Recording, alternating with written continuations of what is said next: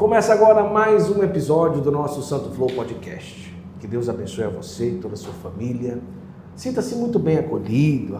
Senta aqui nessa mesa conosco para uma conversa muito especial e, na minha opinião, praticamente épica aqui no Santo Flow. Primeiro você vai compartilhar para o maior número de pessoas que você puder essa conversa de hoje, essa nossa transmissão, e eu tenho certeza que vai ser muito, muito especial para todos nós. Estamos aqui no oferecimento do Centro Católico Universitário Ítalo-Brasileiro e também do aplicativo Halo, o aplicativo católico número 1 do mundo. Olha quem está no Santo Flow. Quem diria, hein? Meu Deus, que presente. Ele, conhecido aí como a voz do Vaticano, não pode se dizer só no Brasil, porque grandes partes do mundo também conhecem todo o trabalho que o Silvonei José faz. Ele vai falar, não precisa eu explicar muita coisa, porque só ele falando, a nossa mente, o nosso coração já se transporta para o Vaticano e para a vida dos papas em geral. Silvonei, primeiramente, gratidão pela generosidade e seja bem-vindo ao nosso Santo Flow Podcast. Posso ir embora agora? Não, você falou tudo e vou embora. Guto, que alegria estar aqui com você. Obrigado, né? Pela porta que você me abre também para chegar a tantas pessoas. Uma alegria enorme. Que maravilha. Olha, a sua voz, você falando, é naturalmente falando ou houve um costume de impostação de voz? O que é que você diz? Eu, quando chorei pela primeira vez, chorei em estéreo. Portanto, comecei desse lá. Chorou em estéreo. Que maravilha. Não sei. Eu acho... A única diferença, acho que minha com os outros, é que de manhã cedo eu tomo mel. Toma mel? De manhã cedo. Sem limão ou só mel? Só mel. E mel do meu pai ainda. Ah, sério? Sei. Eu quero saber sobre isso. De manhã cedo, no jejum, né, eu uso muito a voz durante todo o dia, né? Então, não é só para amaciar a voz, mas para as cordas vocais ficarem um pouquinho mais delicadas, soltas. Olha, né? A gente usa um pouquinho de mel. Uma colherzinha de mel em jejum ajuda sempre. Primeiramente, eu quero agradecer ao Catequistas Brasil e também à Ângelos Editora, que nos deu aqui esse grande presente de trazer o Silvonei aqui no Santo Flow. Ele que aqui no Catequistas Brasil está lançando esse livro, Bento XVI, Simplesmente um Peregrino. Se é volume 1 é porque vem coisa depois, tá? Então, eu fiquei muito feliz de ter recebido aqui. No final, eu vou pedir aqui para o Silvonei fazer a dedicatória. E agradeço muito a Maristela que está aqui, a Ângelos Editora e ao Catequistas Brasil que nos deu esse presente. Eu falava aqui em off que eu esperava um dia conversar com o Silvonei quando eu fosse em Roma, não é? Que eu vou agora esses dias, em maio, ia entrar em contato, ia buscar, ia dar um jeito, mas pela providência de Deus estamos aqui, talvez para uma primeira conversa também. Nada anula a possibilidade da gente fazer alguma coisa em Roma, uma conversa. Será uma alegria. Será uma alegria. Tudo em italiano. Tudo em italiano vai ser difícil. Mas que maravilha. Silvonei, me diga uma coisa, você já nasce numa família católica? Como que é e onde é a sua naturalidade? Você nasceu como? Bom, eu vim ao mundo numa manhã de 30 de maio de 1964, 5 graus, 5h30 da manhã. Portanto, nasci cedo com vontade de passar o dia inteiro chorando. Nossa! Você imagina isso, né? 5 graus. Frio, na cidade de Guarapuava, no coração do estado do Paraná. Minha família é católica, muito católica, e para fazer um salto, a minha catequista foi minha mãe. Né? Olha que coisa. Então, quem me catequizou foi minha mãe. Eu tinha 6 anos, 7 anos, eu queria fazer primeira comunhão. Minha mãe era catequista, falei, você não tem a idade ainda toda, né? Eu falei, não, eu quero fazer primeira comunhão, porque meu irmão, eu tenho um irmão, Sérgio, que é 1 ano e 5 meses mais velho do que eu, estava fazendo preparação para a primeira comunhão. Se ele faz, eu também faço, desde pequenininho. Aí foi. Minha mãe falou, tá bom. Eu tinha uma memória exemplar, posso dizer. Então, eu tinha... Então, você sabe o Pai Nosso? Sei. Sabe Maria? Sei. Salve Rainha? Sei. Então, sabe rezar o terço? Sei. Então, dá para fazer a primeira comunhão. E sou padre disso, né? Então, e ali começa. Mas a minha família é uma família muito, muito católica. Né? Meu papai também muito católico, mãe já faleceu 15 anos atrás.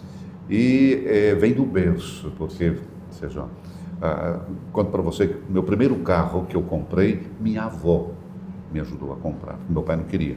Falei, não, você é muito jovem para comprar. Minha avó, eu te ajudo a comprar o carro, mas você me leva na missa todo domingo. Só que ela esqueceu de dizer que era 7 horas da manhã. A negociação faltou ali um pouquinho. Faltou a conclusão. É que a euforia do sim da minha avó, não, Sim, pronto, sim. basta.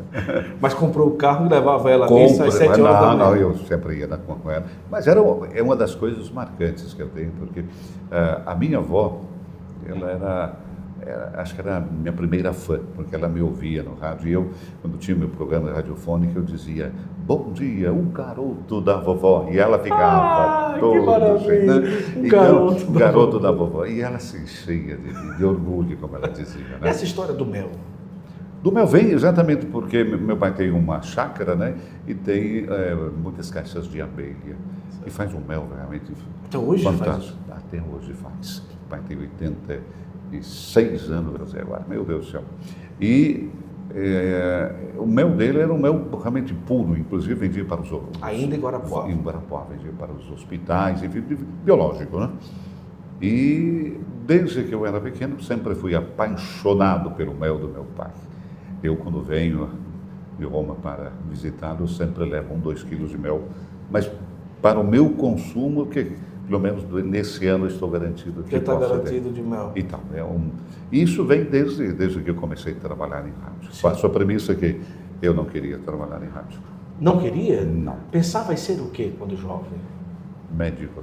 Olha só. Eu frequentei 4 anos num seminário, verbita, Verbita? que me salvou a vida, posso dizer. Os meus verbitas me salvam a vida, porque eu era moleque, 12 anos, queria jogar bola, mas eu era muito criança, porque a minha mãe não deixava, porque os meus amigos, ou a maioria dos amigos, eram de uma certa idade. Certo. Não vai se machucar, né? Era mais velho. Eu era mais velho e eu era magrinho e tal. E descobri que se jogava bola no seminário todo dia. É lá que eu vou, paraíso na terra. Escrevi uma carta pro superior reitor do seminário, e aparece um dia o reitor lá em casa batendo. Gostaria de falar com o senhor Silvanei. Sou eu. Minha mãe não estava em casa, minha mãe tinha ido ao mercado. Aí quando chega, né, fala, seu filho escreveu uma carta, você para o seminário. Minha mãe, o que você fez? Você vai se o teu irmão for. Meu irmão vai, sim. E levei um primo comigo ainda, para você ter uma ideia. Os 3 para o seminário. E fiquei 4 anos no seminário e posso dizer que foi a carga intelectual que eu precisava. Sim. Eu tinha uma facilidade muito grande de aprendimento e de memória, mas eu era sujeito a uma autossuficiência. Sabe? A minha mãe, que era uma das tristezas da minha mãe, nunca me corrigia os meus deveres, porque eu fazia tudo na escola. Para chegar em casa, poder ver televisão e jogar bola. Esse era. Eu falei, mas eu não... E ela ia lá corrigir, estava tudo certo. Estava tudo certo. E daí, então, o colégio, o seminário, deu aquela, vamos dizer, pegada, né? Também no aspecto educacional, organizacional, quer dizer, de como estudar, de como desenvolver, né? Um estudo muito mais científico. Então, deu realmente uma contribuição para a minha maneira de estudar, de crescer, e também de curiosidade, né? Uma curiosidade. Mas com qual idade que ali desperta a possibilidade de começar a trabalhar com a voz? Não, eu não tinha nenhuma pretensão. Né? Foi para o seminário, voltou para casa? Aí, eu fui para o seminário e a coisa interessante é que aquela ideia, estava no seminário, mas queria ser médico. Sim. Né? E eu entrei, fiz o vestibular com 15 anos. Eu não tinha, na minha concepção, eu não tinha idade para ir fazer filosofia. E voltei para casa e fui estudar economia. Eu gostava de matemática, enfim. Voltei para a cidade de Guarapuava, aí fui estudar, aí fui, vamos dizer, requisitado, né? E chamaram o padre Jorge Pirk da Rádio Cultura de Guarapuava, se eu gostaria de trabalhar na rádio para fazer notícias de igreja. Ele falou, você redige muito bem, você poderia ser um. Eu falei, padre, trabalhar em rádio. Eu falei, tá bom, o senhor me paga a faculdade, eu vou. Ele falou, eu pago. Primeira negociação da minha existência. E daí fui trabalhar, depois fui trabalhar, fazer economia, fui trabalhar no escritório, depois um belo dia pediram para que eu gravasse aquilo que eu escrevia, porque faltou um dos locutores lá. Eu falei, não, eu não sou locutor, não quero fazer nada. Não, mas precisa, tem patrocinadores, que negócio. Aí eu gravei. Na segunda-feira o diretor-geral me chama, eu falei, olha, você que gravou isso, né? Eu falei, gravei, fui obrigado e não gravo mais. Eu falei, não, você tem uma boa voz. O senhor está ficando louco. Não, você vai gravar o noticiário de hora em hora, chamado correspondente. E eu pago você. Eu falei, tá. Opa, você paga, vamos lá. E daí começa, então, outra história, né? De fazer um jornalismo diferente. Mas isso é muito jovem, 17, 18 anos? 17 anos. 17 anos eu tinha. Olha só. E daí comecei a fazer isso e depois foi contratada uma locutora na rádio de Guarapuava, minha idade, né? Quer dizer, era profissional, locutora e tal. E a decisão que a gente fizesse um programa juntos, né? Programa da tarde para os jovens, a juventude. Não era jornalístico? Não, não. O programa para animar a tarde. Animar a tarde, né? Bem, entretenimento, as coisas, diversão pura.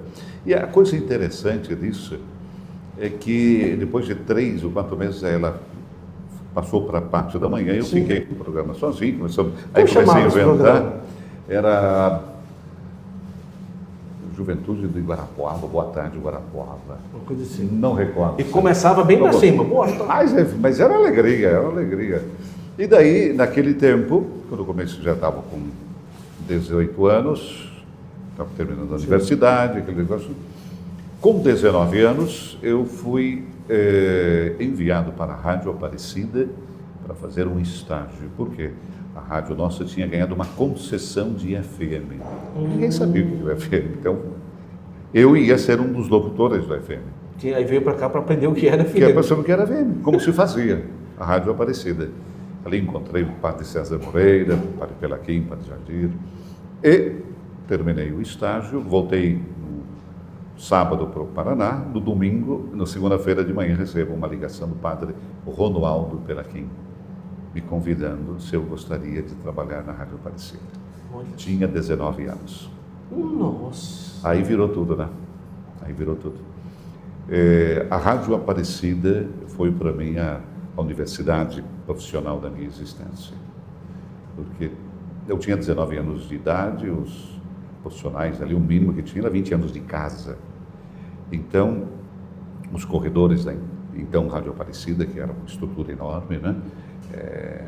Me forjou realmente naquilo que eu sou. Naquela idade de 19 anos, você já estava convencido que a sua voz poderia ser o seu sustento? Não, absolutamente. De jeito nenhum? Não, eu... Estava pagando a faculdade, estava vivendo ali. Tinha terminado a faculdade, tinha... aquela aspiração que eu tinha, maior que eu tinha, era de ter uma vida tranquila na minha cidade, eu falo de Guarapuava, casar, ter a minha família, meu fusquinha, que era a coisa mais importante naquele ano. E basta, não era grandes aspirações, não tinha, absolutamente. Mas aconteceu um fato muito interessante na minha vida, antes de vir para a Rádio Aparecida. Uma das primeiras coisas que eu gravei de modo institucional para a igreja foi uma via sacra. Eu gravei uma via sacra, montamos uma vez com fundo musical que ia ser feito na minha paróquia, né? Minha paróquia Santa Terezinha, paróquia grande, importante na minha cidade, e nós fizemos um texto que era muito bonito. Então, para facilitar, eu gravei tudo com uma diferença de tipo 1 minuto de música entre uma estação e a outra. Tal. E era Sexta-feira Santa, minha mãe foi, meus pais, tal, né? E quando terminou a Via Sacra, eu estava saindo pela lateral da minha mãe, falando, eu falei, você conhece aquela senhora? Eu falei, qual senhora? Tem uma senhora que veio conversar comigo. Eu falei, o que ela falou? Ela falou que eu não tenho que se preocupar com você, porque você vai embora. Assim, vou embora, ir para longe. Sério? Sim. E me falou, mas você vai embora? Eu falei, não, mãe, onde é que eu vou? Para lugar nenhum. 2 meses depois eu estava em Aparecida. E ali começa uma outra história que eu estava dizendo para você. Que aquilo que eu recebi dos meus amigos, que eu pude beber no profissionalismo deles, eu carrego comigo até hoje. E carrego uma outra coisa que eu esqueci de dizer. Quando eu estava no seminário, na aula de literatura, nós tínhamos até literatura, o seminário realmente era encorpado no que diz respeito àquela visão de instrução.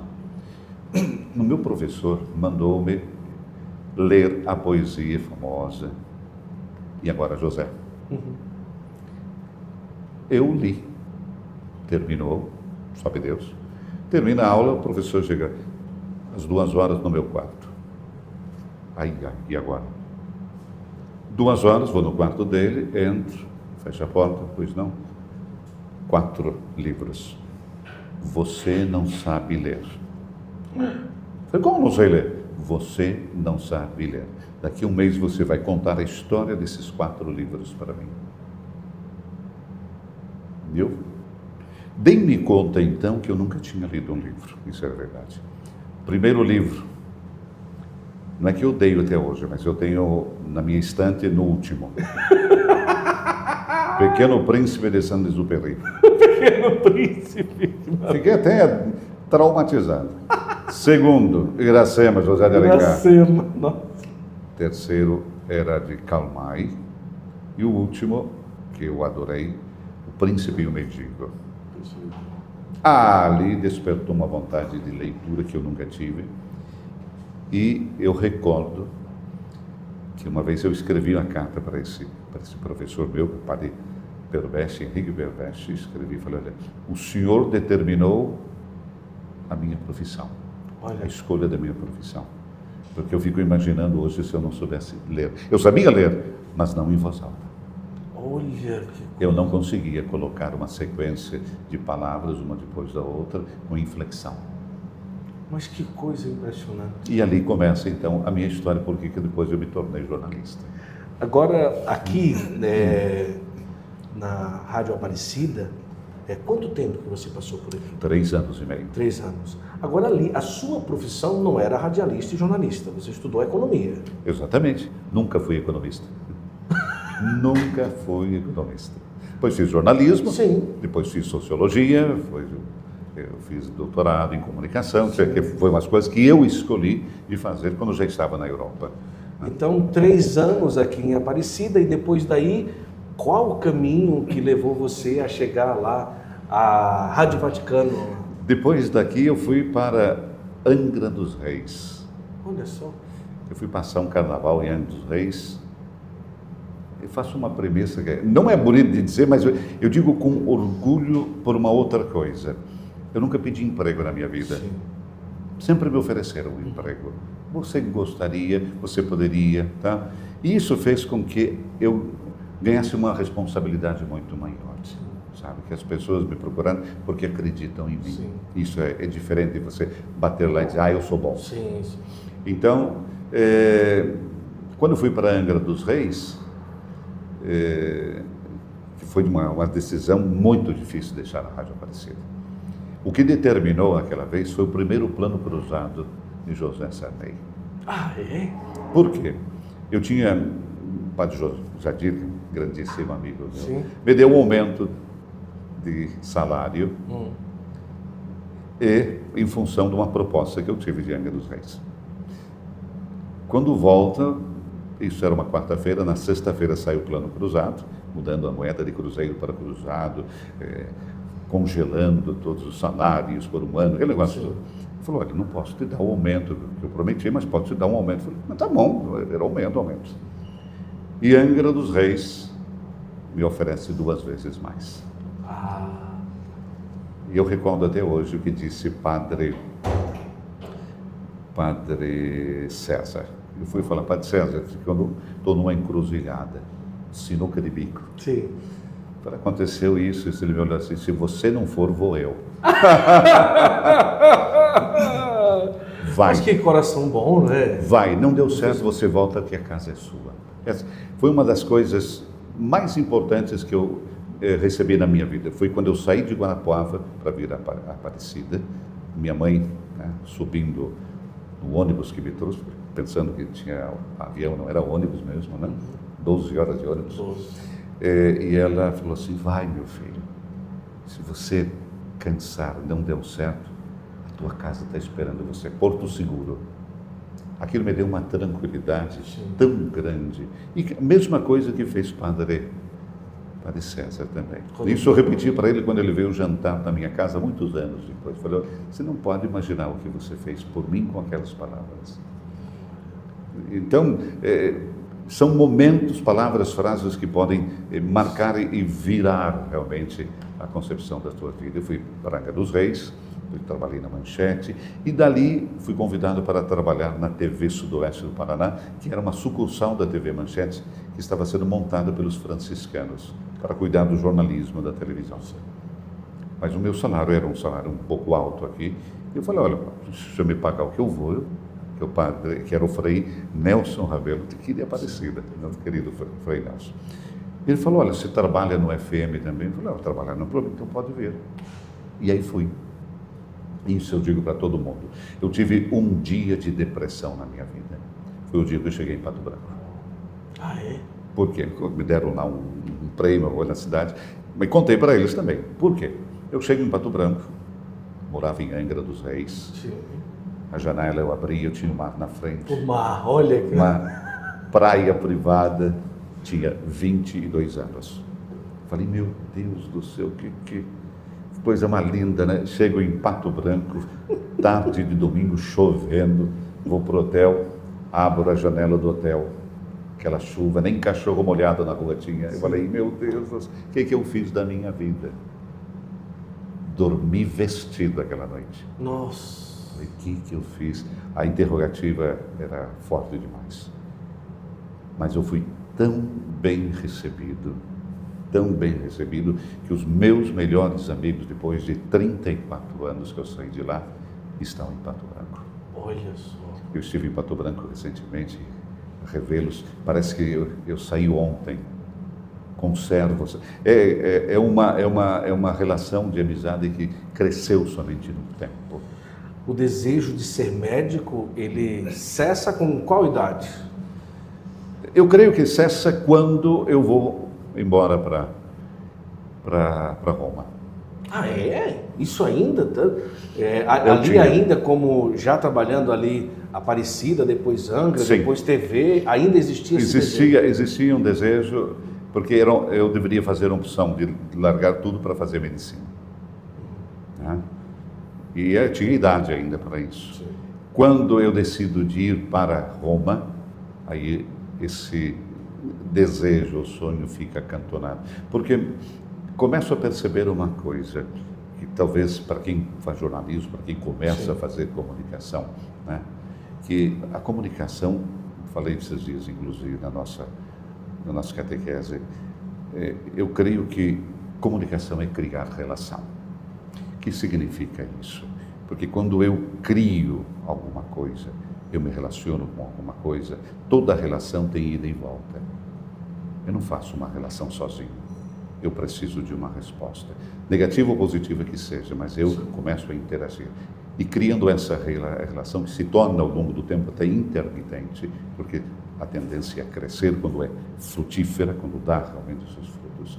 E a informação, comunicação, é exatamente isso, criar relação, fazer com que nós possamos viver, muitas vezes, numa situação difícil, Sim. numa situação de desafios, mas sabendo que quando eu preciso de alguém, alguém está junto comigo, porque vai muito além do simplesmente de dizer é meu amigo, porque a relação faz com que você possa ser aquela mão estendida. Né? Então, ali entendi que a comunicação, a informação, é algo muito superior, significativo e de grandíssima responsabilidade. Aonde você trabalhava e como chegou esse convite para você trabalhar na Rádio Vaticano? A minha ideia, quando eu estava em Pato Branco, era de criar uma estrutura, inclusive de uma escola para ensinar comunicação. Olha só. Essa era a minha ideia. Já tinha na minha cabeça coisas muito importantes, inclusive marketing político. Olha Eu só. achava uma coisa que nós precisávamos ajudar os nossos políticos a entender um pouquinho o que significa fazer política e o que significa ser político. Né? Eu achava, e acho até hoje ainda, que eu acho, um dia, se Deus me permitir, de repente uma escola desse tipo eu vou abrir. Né? E depois, indo fazer um curso em Roma, no Instituto Europeu de Marketing, encontrei uma bela jornada, Padre Romualdo Pelachim, que me trouxe para a Rádio Aparecida. Ele estava fazendo cinema, um curso de cinema. A gente se encontrou, era período do meu aniversário, a gente foi jantar fora e tal. Ok. E volto para o Brasil. Passaram-se, creio, maio, junho, 2 meses e meio, recebo um telefonema de Roma. Senhor, o Padre Pelachim, estou assumindo a Rádio Vaticano, quero saber se você quer trabalhar comigo. Caramba. Eu estava com os meus sonhos flor da pele, com tantas coisas. Inclusive, eu tinha saído da televisão, tinha me associado a uma emissora de rádio, era o diretor de uma rádio, trabalhava para um jornal, sabe? Era o presidente do clube de imprensa do Sudoeste do Paraná. Era um fermento aquele período, né? E eu falei, padre, se o senhor aceitar por 6 meses, eu vou. Por que 6 meses? Era 1989. No ano 1990, teríamos a Copa do Mundo na Itália. Falei, bom, eu vou, fico para a Copa. Não acredito. Era tudo pensado para que a gente pudesse. Sempre gostou de futebol mesmo. Adorei. Porque eu fui também narrador de futebol, fiz. Nossa, isso foi uma coisa fantástica. Eu gostava, sempre gostei de futebol, né? Gosto até hoje. Até hoje eu gosto. E fizemos a primeira, posso dizer para você, a primeira transmissão radiofônica de uma partida de futebol pela Rádio Vaticano. No Olha Estádio só. Olímpico com João Paulo II. Qual era o time? Quem jogava era a seleção do mundo, que fizeram a coisa, Sim. contra a seleção italiana. Foi Um jogo festivo. um jogo então. festivo que fizeram para João Paulo II, durante o jubileu do ano 2000. Olha que maravilha. E depois, então, fui, aceitei, depois de 6 meses fizemos a Copa do Mundo, perdemos a Copa do Mundo, fiquei muito triste. Eu vou te contar uma coisa que... Sim, conta. Foi conosco, fizemos um pool de rádios lá do Sudoeste. Pedro Martins era o nosso narrador naquele tempo ali, eu era o comentarista. Depois que o Brasil saiu da Copa, o que a gente vai fazer? Vamos narrar vendo pela televisão, porque vão pagar. Sim. O Brasil saiu. E com o som, o ruído do estádio, tudo, aqueles gravadores aí, cassete, fita cassete, né? E no nosso apartamento onde a gente estava, né? Narração, tudo aquilo, né? No ar. No ar, ao vivo, em cadeia, do apartamento do lado, um cachorro começa. Tem um cachorro no estádio? Cachorro, daí vejam só, meus amigos, isso que é cultura, até os cachorros estão torcendo. E o cachorro não parava de torcer. Ai, meu Deus do céu, foi uma aventura enorme. Que Foi uma maravilha. aventura. E 6 daí- meses então lá. Daí, terminou 6 meses, eu saí para fazer minhas férias, que eu queria sair. Quando volto, a direção da Rádio Vaticano me chama, você não gostaria de ficar mais 6 meses? Eu falei, não, queria terminar uns cursos, que demoraram mais 2 meses, eu falei, fico. 3 meses depois, me chamam de novo, olha, queremos saber se você não gostaria de ter um contrato permanente conosco. Contrato permanente? Olha o cachorro. Tem um cachorro e aqui tem um apito, né? Eu não sei de onde veio esse apito aí. O apito que alguém está chamando alguém. Sim, um contrato permanente. E aí eu cheguei para os meus, lá chama-se contrato de rolo. Sim. Eu chamo para os meus amigos, chego na redação e falo, olha, o que é contrato de rolo? Eu falei, por quê? Me ofereceram um contrato de rolo. Todo mundo ficou, eu como é possível? Alguém que está aqui 6 meses e oferece um contrato de ouro. E de 6 em 6 meses são 34 anos. Nossa Senhora, 34 anos. E dali, o desejo de médico já foi. Aí o médico foi para o hospital. O que você fazia quando começou a trabalhar lá na Rádio Vaticano? Eu apresentava os programas, né? Apresentava os programas e redigia as notícias internacionais. Esse era o meu trabalho. Você já falava italiano? Nenhuma palavra. Ué! Mas era tudo em português. Sim, mas para se comunicar por lá se virava. Se virava. Aí eu fiz eu conheci um professor de italiano, são dos velhos métodos de ensino, né? Daquele que é realmente rígido. Sim. O que ele fez? Me ensinou em 3 meses um italiano que eu diria que era fluente. Mas era uma metodologia muito difícil, eu tinha que estudar muito. E eu passava as noites vendo televisão. Em italiano? Em italiano por causa do ouvido, para a capacidade de entendimento, né, de entender. Isso fez com que eu tivesse uma dor de cabeça intermitente. Dor de cabeça realmente, porque eu queria entender, eu queria fazer tudo aquilo lá e não conseguia. Depois de 3 meses, quase como foi um desbloquear-se, sabe? Desbloqueou e aí o italiano começou a fluir e não tive mais problemas, não. Se esse alarme que a gente está ouvindo aqui fosse na Europa, o que estava acontecendo agora? Estava pegando fogo. Em geral, o alarme. Já tinha levantado e corrido. Eu não sei se tinha levantado e corrido, mas alguma coisa estaria acontecendo. Ou alguém já teria entrado pelo Alguém já teria entrado. Eu estava em Paris e na madrugada, 1h da manhã, soou o alarme de incêndio no hotel. Todo mundo desceu de pijama, coberto com... agora, não foi, filho? Outubro desse mês, e pronto. E chegou lá embaixo, eram 5 daqueles, como é que chama? Turcos, usando narguilé dentro do quarto. E aí o alarme de incêndio, pronto. Mas era ensurdecedor, não deixava ficar dentro do quarto, né, filho? Não era, esse aqui tá tranquilo, né, filho? Mas aquele lá, ele era ensurdecedor. E depois de 3 horas da manhã, novamente o alarme. E aí nós ficamos preocupados, se descia. E foi na semana que o pessoal estava tocando fogo em Paris, né, filha?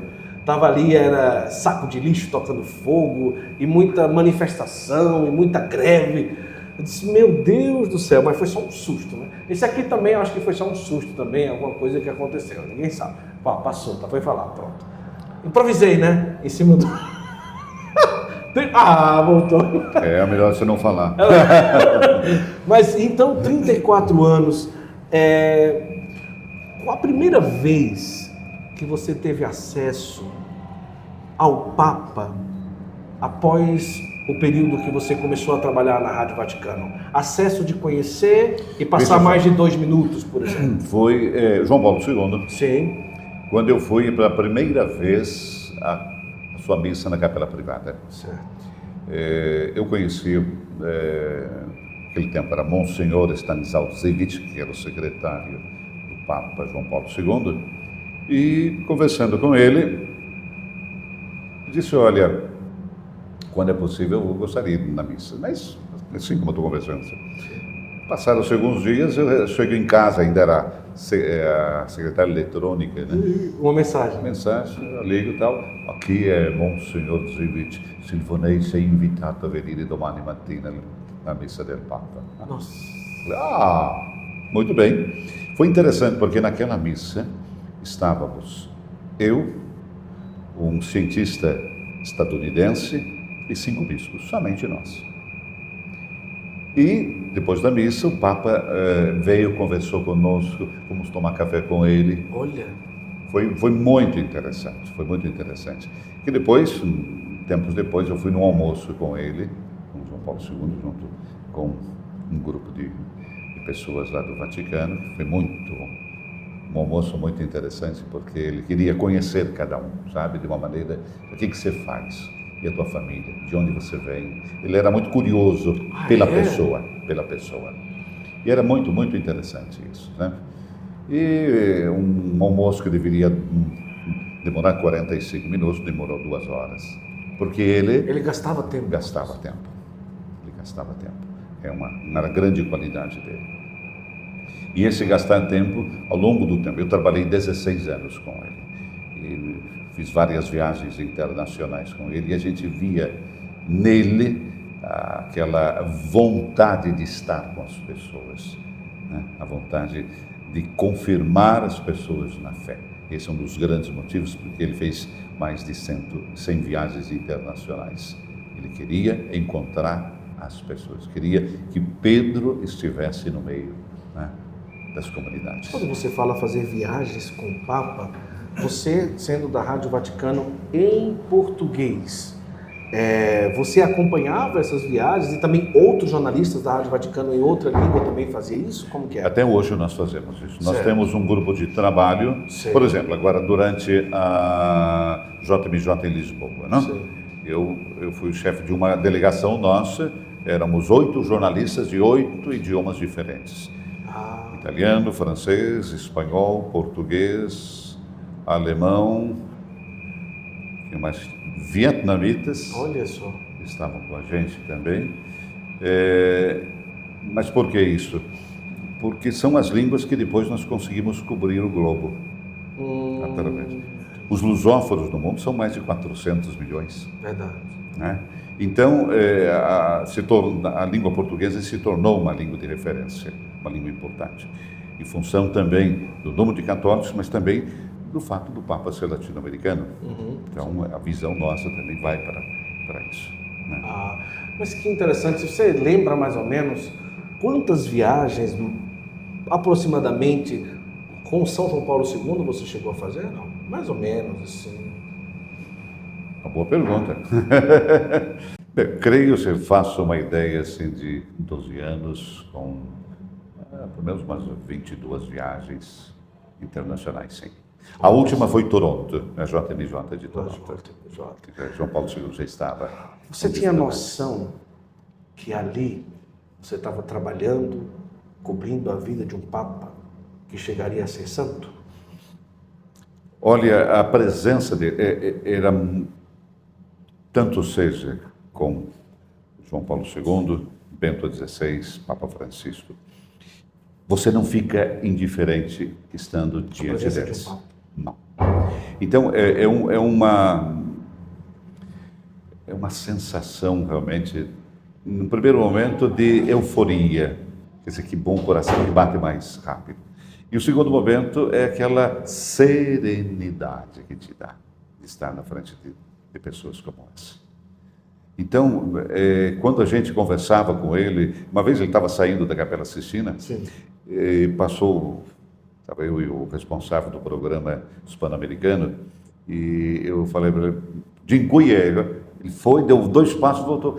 Vocês querem aprender polonês, né? Então eu vou ensinar para vocês. Ficou ali com dedinhos ainda, tu imagina, todo aquele cortejo, ele falando para nós como se falava em polonês. Daí falou, tá bom, aprendendo, agora eu vou embora. Tá?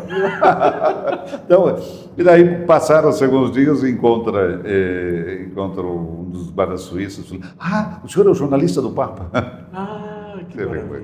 Muito interessante. O que se conversa num almoço com o Papa? Eu não consigo imaginar. Se dá para falar, na verdade, né? Porque imagina, eu almocei com um almoço com 45 minutos que duravam 2 horas. O que se vivia no momento daquele? Política, realidade?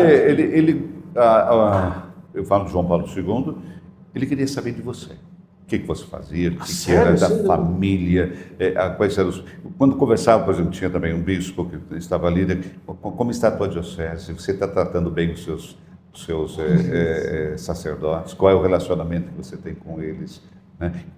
Teu povo gosta de você. Assim, é uma conversa de pai para filho, sem nenhum problema. Sabe? Então, não é uma curiosidade simplesmente superficial para saber o que, mas é uma curiosidade para entender quem é você, quer dizer, a pessoa é importante. Isso era importante para ele também. Né? Como poder ajudar, muitas vezes, com uma palavra, né? Não digo conselho, mas com uma reflexão, né? de como enfrentar certos desafios. Nós tivemos a renúncia de Bento XVI. Na época de João Paulo II, por conta da limitação de saúde, né, limitação do corpo e do estado que ele estava, se falava, se ventilava a possibilidade de uma renúncia, não? Sim, se falava, como não? Se falava. Mas ele nunca levou em consideração isso. É que tá. Nunca levou. Porque, segundo ele deveria ir até o fim. Se vocês recordam bem, a última Semana Santa dele, quando ele, na Sexta-feira Santa, durante a Via Sacra, que é tradicional Via Sacra do Coliseu, João Paulo II estava sozinho na sua capela, segurando uma cruz. E quem substitui ele naquela Via Sacra foi Joseph Ratzinger, que tinha escrito os textos daquela Via Sacra. Uma Via Sacra duríssima, onde falava, né, vamos dizer, dos podres da igreja, dos católicos. Onde falava das nossas corrupções. Era um texto muito, muito difícil, né? E ali se podia sentir realmente de que quase como João Paulo II estava passando, né, o timão para quem deveria chegar. Olha Uma que coisa muito interessante mesmo. Olha o que chegou aqui, Silvanei, que maravilha, um cafezinho. Que a alegria seja uma constante na tua existência. Ai, que maravilha. Teve aqui, mas aqui está tudo bem. Bom café. Oh, que maravilha. Obrigado, minhas filhas, viu? Ótimo. Obrigado às filhas dele. Eu já ia brigar, que elas estão entrando e saindo muito, né? Mas dessa vez valeu, viu, filhas? Obrigado, viu? Agora, é interessante isso, né? De ter esse sentimento de... Ali estava tendo já tipo uma transferência, um passado. A impressão que nos dava exatamente ali, que nos deu depois, mas não naquele momento, né? Sim. Quando entra aquela semana derradeira, né, da morte de João Paulo II, ali a gente viu a importância daquele homem para o mundo. Quando ele faleceu, era um sábado à noite, né? 21 horas e 36 minutos que sai a comunicação. Nós recebemos um pouquinho antes a notícia. Tinha 40 mil pessoas reunidas na Praça São Pedro rezando pelo Papa. 40 mil pessoas. Um frio danado. Assim, é interessante frisar que elas estavam rezando. Elas não estavam esperando que naquele dia seria a morte do Papa. Tipo assim, eu estava em Roma, na praça, no dia que o Papa faleceu. Não era isso. Elas estavam rezando por ele. Então, veja, o amor. E depois, aquele mar de pessoas, oceano de pessoas que invadiu Roma. Aqueles dias, falam-se de 3,5 milhões de pessoas. E eu digo para você, para a gente poder trabalhar, chegar até a sede da Rádio Vaticano, que está no início da Via da Conciliação, nós éramos acompanhados pelos carabineiros, porque não tinha como passar. As pessoas dormiam na rua, deitavam na rua, esperando para poder chegar até... Não tinha hotel, não tinha nada. E a minha esposa, ela ficou 12 horas na fila, passou a noite na fila, das 8 da noite às 8 da manhã, para poder entrar e dar o adeus em 10 segundos ao Papa. E perguntei, mas você não se cansou? Não. 12 horas. 12 horas. E não eram só católicos ou cristãos, pessoas de todos os tipos, de todas as mentalidades, de todas as religiões, que foram dar o adeus reconhecendo a importância desse homem, né, para a história da humanidade. E quando nós tivemos depois a missa, mas antes da missa, uma coisa interessante que aconteceu, o Papa morre no sábado à noite. No domingo de manhã, nós tínhamos a missa que foi celebrada pelo cardeal Sodano, que era o secretário de Estado naquela época, né, em sufrágio e intenção do Papa João Paulo II. E depois da missa, nós transmitimos a missa, estamos saindo da Basílica Vaticana, Padre Federico Lombardi, que era porta-voz do Papa, chegou e falou: olha, estão levando o corpo do Papa para a Sala Clementina nesse momento. Vocês querem? Não acredito. Vocês querem ir dar o adeus ao Papa? Nossa. Então, dentro dos corredores do Palácio Apostólico, até chegar à Sala Clementina, você leva, no que nós estávamos, ao menos 10 minutos. O que você pensa em 10 minutos sobre alguém, né? Foi uma coisa muito interessante. Eu não recordo de nada. Eu não recordo. Quando nós chegamos na Sala Clementina, tinham acabado de colocar o Santo Padre, aquele pedestal, né? Um guarda suíço de um lado, um guarda suíço do outro. Mais ninguém. Nós entramos, ficamos, eu creio, 10, 15 minutos ali dentro, só nós e o Papa. Um privilégio único, único, porque estavam aguardando a chegada dos chefes de Estado que viriam. O que se fazia naquele momento? Então, Rezava, chorava? Então, sabe, a impressão quando eu entrei era aquela figura de Christopher Reeve, o Superman, não? Que era um super-homem que estava ali deitado, que daqui a pouco vai levantar, sabe? Foi um momento muito, muito intenso, muito forte, né? E depois, descendo as escadas do Palácio Apostólico, uma jornalista veio e me perguntou qual foi o sentimento. Eu falei, olha, é difícil descrever, mas a tristeza que veio depois é que todos os dias, de manhã cedo, a gente recebe a agenda do Papa. Sim. Na segunda-feira não tinha. Não tinha agenda. Quer dizer, não tínhamos mais ele. Que era, realmente, não tínhamos mais o nosso Papa, sem agenda. Nossa. Quer dizer, o vazio do nosso trabalho. É um outro tipo de trabalho, porque nós trabalhamos muito. Durante o período das congregações do conclave, a gente trabalha realmente muito. Sim. Mas não era mais aquele trabalho que a gente almejava, ou gostaria de fazer, né? Então, foi uma semana, né, até os funerais dele foi uma semana realmente muito, muito intensa.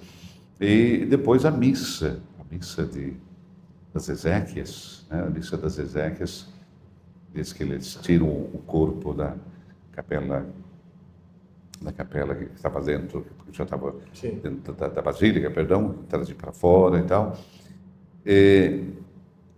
Foi um dia em que você não se movia em Roma. Roma era um silêncio só.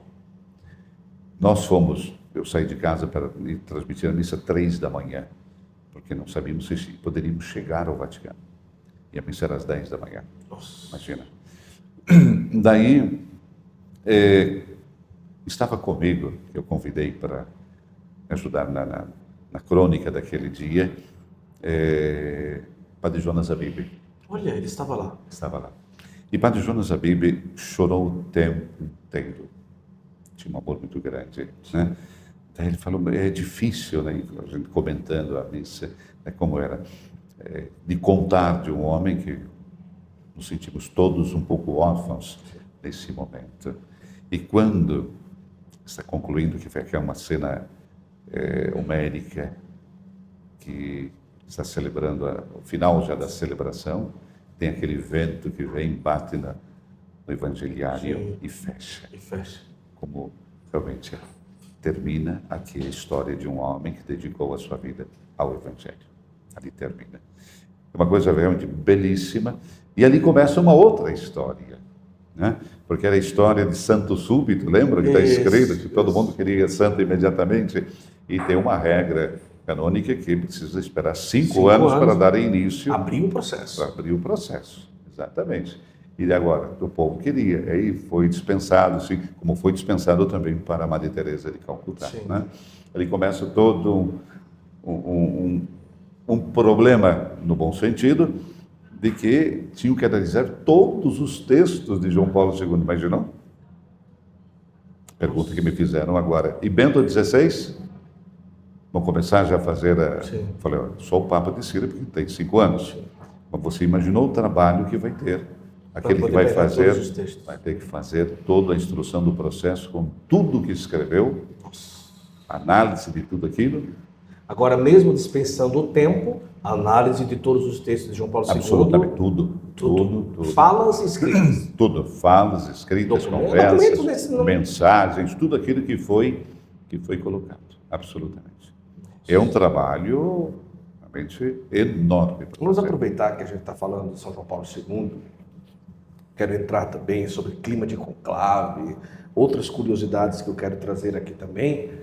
Vamos trazer uma presença que vai complementar aqui, que é um presente do Artesanato Costa para o Silvonei, que o Papa João Paulo II, né, São João Paulo II, ele, dentre vários títulos que ele carregou, né, ele também foi o Papa de Fátima, né, o Papa que levou a devoção de Nossa Senhora de Fátima para o mundo. E é com muita alegria que a gente presenteia você, para você levar, com muito gosto. Tenho certeza que Nossa Senhora também ajudou a acompanhar e levar você aonde hoje você está. E falando do Papa João Paulo II, a gente vai presentear aqui do Artesanato Costa essa imagem de Fátima, uma réplica da imagem da Capelinha de Fátima, belíssima para você levar aí de representação e de lembrança aqui do nosso episódio de hoje. Deus abençoe vocês, muito obrigado. Fátima é sempre Fátima. Essa Fátima, eu tenho um amor preferencial por Nossa Senhora Aparecida, sim, porque é a minha mãezinha, sim, sou consagrado a ela. Mas Fátima a gente tem um relacionamento, o grande motivo de João Paulo II, eu fui várias vezes a Fátima, e quando eu vou a Fátima, alguma coisa acontece no meu coração, posso dizer para você, como acontece quando vem a Aparecida também. Sim. E Nossa Senhora de Fátima, com os pastorzinhos, ela dá esperança ao mundo. É verdade. Com todo o turbilhão que estava ocorrendo no mundo, ela nos dá e nos ensina a receita para superar tudo. É a oração. Dobrar os joelhos, dobrar um remédio tão simples que cada um pode fazer sozinho ou em comunidade. E Nossa Senhora os proteja sempre. Amém. Deus abençoe você. Olha, companheira de estrada. E vai levar mesmo, não é fake news. Não, olha. Não é cenográfico. Estão vendo? Não é fake news, não. Mas ele deu mesmo, hein? Então, não é que no final ele devolve. Uma outra coisa que eu queria convidar você a conhecer, se você ainda não conhece, o aplicativo Hallow, que é o aplicativo número 1 católico do mundo. Mais de 410 milhões de pessoas já baixaram o aplicativo Hallow no mundo inteiro. E lá você tem a oportunidade de criar uma rotina de oração, rezar o Santo Terço, o Santo Rosário, Lectio Divina, exame de consciência para adulto e para criança, Lectio Divina para adulto e para criança. Lá tem a Bíblia Sagrada, tem a Sagrada Escritura completa em texto, você pode buscar por palavras. Tanta coisa boa que vai te ajudar. Então, aproveita o link que está aqui na descrição, você vai ter a oportunidade de ter um aliado, um companheiro, que vai te ajudar ali na rotina, na disciplina, de um conteúdo programático, quando se fala de oração, de leitura. Baixa, vai lá, e depois você vai me contar o que é que você achou aí do aplicativo Hallow, tá bom? E uma outra coisa também que eu quero convidar você é considerar uma peregrinação com a obra de Maria. Estamos indo agora para o Pentecostes em Assis. O Santo Flor vai estar fazendo a cobertura, não é, filha? Do Pentecostes em Assis, agora em maio. Nós estaremos aí o Padre Reginaldo Manzotti, o Frei Gilson, a Madre Kelly Patrícia. Estaremos para o Pentecostes Internacional em Assis. E também em outubro nós estaremos no Congresso de Cura em Lourdes e depois voltando ali e no Congresso Internacional Mariano em Fátima. Vai ser uma grande alegria. Eu convido você também a considerar essa viagem. Vai lá, está aqui também para você entrar em contato e escolher uma peregrinação com a obra de Maria. Tenho certeza que vai ser bem proveitoso, tá bom? Ô Silvonei, quando se abre o conclave da morte de São João Paulo II, o nome do cardeal Ratzinger já era o mais falado, o mais ventilado entre os bispos, entre os cardeais? Na abertura das congregações, que são aqueles encontros que os senhores cardeais fazem ao longo da semana antes de entrar em conclave, os cardeais têm a oportunidade de falar, né? De expor, são convidados a falar, inclusive. E na primeira missa, né, da abertura, quem fez a homilia foi Ratzinger. Sim. Eu recordo porque eu estava transmitindo e quando terminou, a gente disse, olha aí, é um programa de governo de um Papa. A homilia dele. A homilia dele. Não era, naturalmente, era aquilo que a igreja estava precisando ouvir naquele momento. Para mim, não é que ele fez campanha, não era a ideia dele absolutamente, mas fala sempre do desejo que a igreja tem naquele momento, as necessidades que a igreja tem naquele momento em função do que deve, a visão dos senhores cardeais, fazer o novo Papa. Qual é a atitude, qual é o comportamento, quais são os grandes desafios do novo Papa. Isso é importante.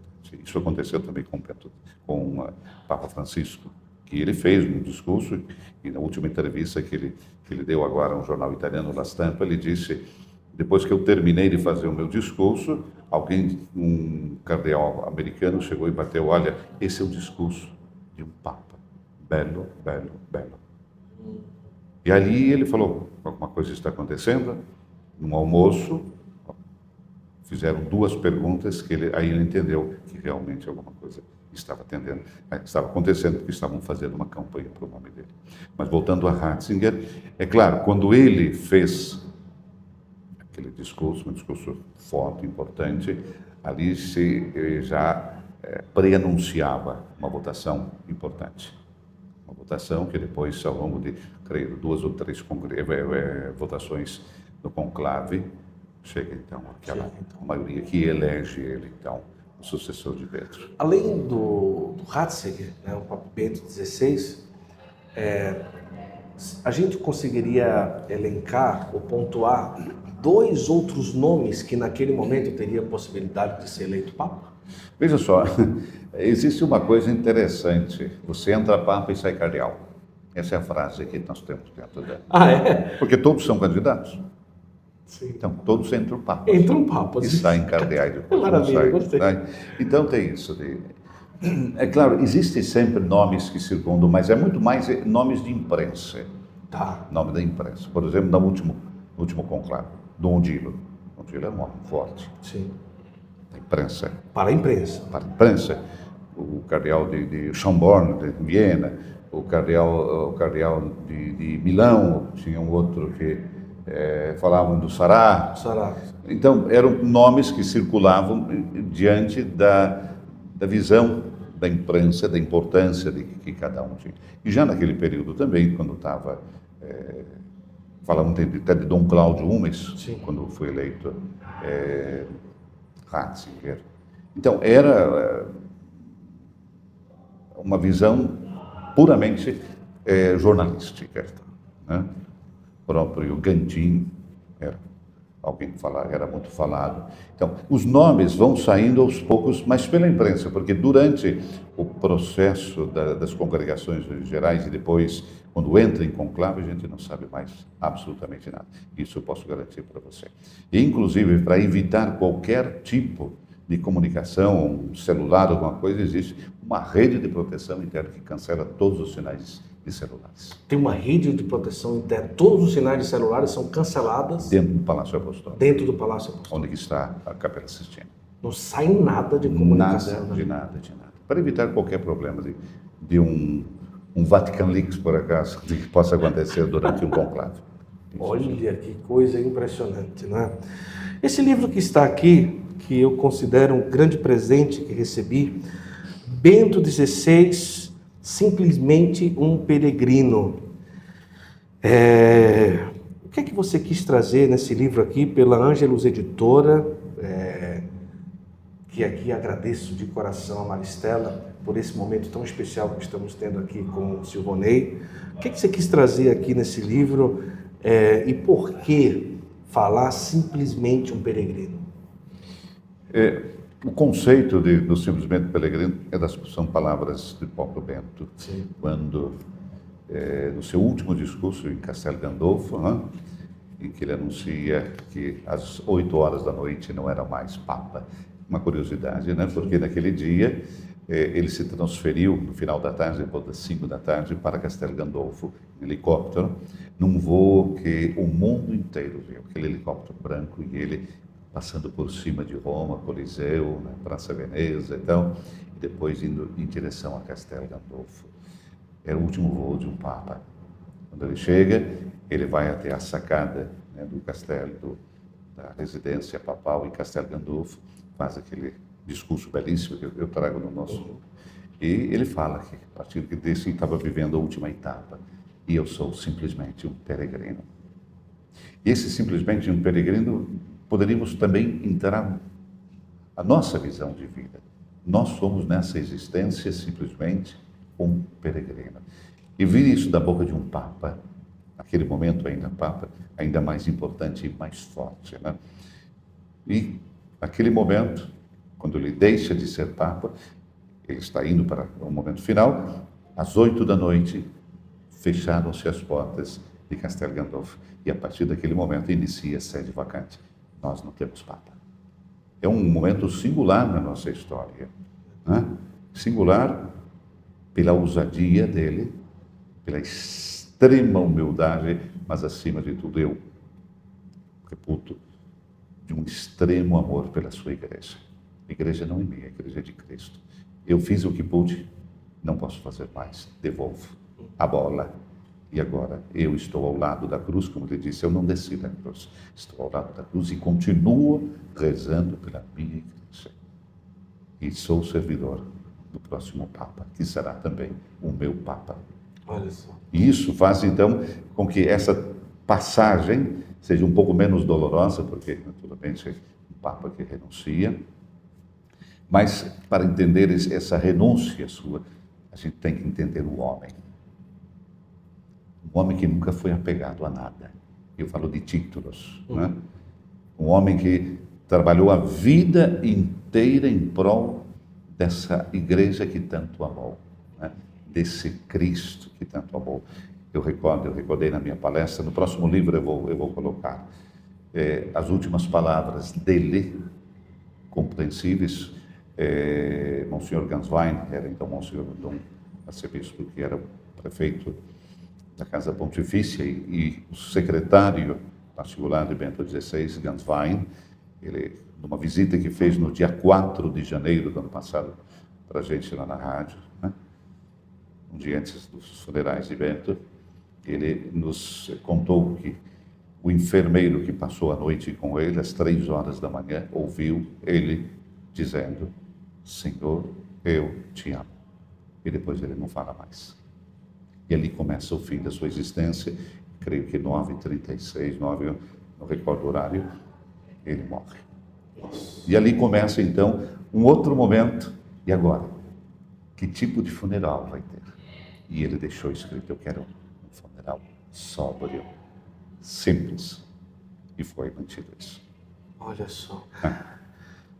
A imprensa, ou parte da imprensa brasileira, pode-se dizer uma grande linha massificada da imprensa brasileira, pintou para alguns brasileiros uma característica de um papa rude, de um papa meio fechado, de um papa alemão, um papa muito... que se apresentava como fechado, muito exigente e que tal. E isso chegou até o Brasil e a cabeça de muita gente pensou sobre isso, sobre a questão do Papa Bento XVI. Você chegou a perceber essa massificação na mídia brasileira e o que você diria para trazer a realidade do que você conheceu de perto, a questão do pontificado de Bento XVI? Nós estamos numa geração que somos filhos do espelho. A gente quer ver no espelho a coisa mais bonita do mundo, o sorriso mais bonito, né? Tudo aquilo. É da imagem. Sim. Né? Estamos nas redes sociais, as imagens que hoje estão circulando pelas redes sociais falam, comunicam, dizem tudo e não dizem nada. E Bento XVI nunca foi um homem de aparência. Nós temos que pensar que esse homem passou a sua vida até então, até chegar ao Sólio Pontifício, até a Cátedra de Pedro, atrás de uma escrivania, ou como professor, ou como estudioso, né? Ou como prefeito da Congregação para a Doutrina da Fé. Uma tarefa enorme, de grandíssima responsabilidade. É o homem com as chaves da doutrina da Igreja Católica, aquele que defende a doutrina católica. Então, era um período muito difícil, não só por causa de teologias que saíam em todas as partes do mundo, mas pela própria existência da Igreja em função do comunismo, que era o grande desafio para João Paulo II, que nasce num país onde o comunismo era exacerbado, que era muito difícil, inclusive. Recordamos João Paulo II, Karol Wojtyła, ele foi ordenado na cripta da catedral, porque não se podia. Então, era um momento muito, muito, muito delicado para tudo isso. E a imprensa no mundo inteiro via em Joseph Ratzinger aquele homem duro que durante mais de 23 anos bateu em cima da mesa na defesa da doutrina. Então, essa era a visão dele. A imprensa pintava dele, né? Inclusive aqui no Brasil, né? Aquele homem rude, sisudo, né? Mas eu posso garantir para vocês, porque eu conheci, era um homem de uma extrema humildade, um homem de uma capacidade intelectual realmente invejável, mas acima de tudo tímido. Então toda essa questão de sisudo, de coisa, não tem nada. Eu confronto com as pessoas. Eu ouvi da boca dele, quando ele voltou do Brasil, da passagem aqui pelo Brasil, ele nos falou o seguinte: vocês brasileiros me ensinaram a sorrir. Olha só. Porque ele não sorria, porque ele não tinha motivo, entre aspas. Vocês, brasileiros, me ensinaram a sorrir. O carinho, o afeto, se você pegar as imagens no Pacaembu com jovens, o Papa que parece que era uma outra pessoa. Porque é a oportunidade que você tem de enfrentar, agora como Papa, e não como prefeito da Congregação para a Fé. É o Papa que está no meio de nós, é Pedro que está no meio de nós. Isso muda completamente. Então, tudo aquilo que se escreveu, inclusive eu recordo manchetes de jornais, temos o pastor Tedesco, pastor alemão. Pastor alemão é um cachorro. Sim, sim. Com aquela ideia, pastor alemão, que é aquele que vem. Então, ele não merecia isso, absolutamente. Não merecia essas leituras que deram em cima de um simples olhar, ou de um olhar um pouco atravessado, como se fosse um homem sisudo e que tinha o coração fechado, assim por diante. Alguns momentos de proximidade e conversa também você teve a oportunidade de ter com ele, não? Foram poucos com Bento XVI, porque ele era muito mais, vivia dentro de uma redoma um pouco mais fechada, em função dos compromissos que tinha e também da idade. Sim. Vamos recordar também a idade dele, né? Então, e também do estilo dele. Já quando ele era cardeal, a gente via ele sempre sozinho.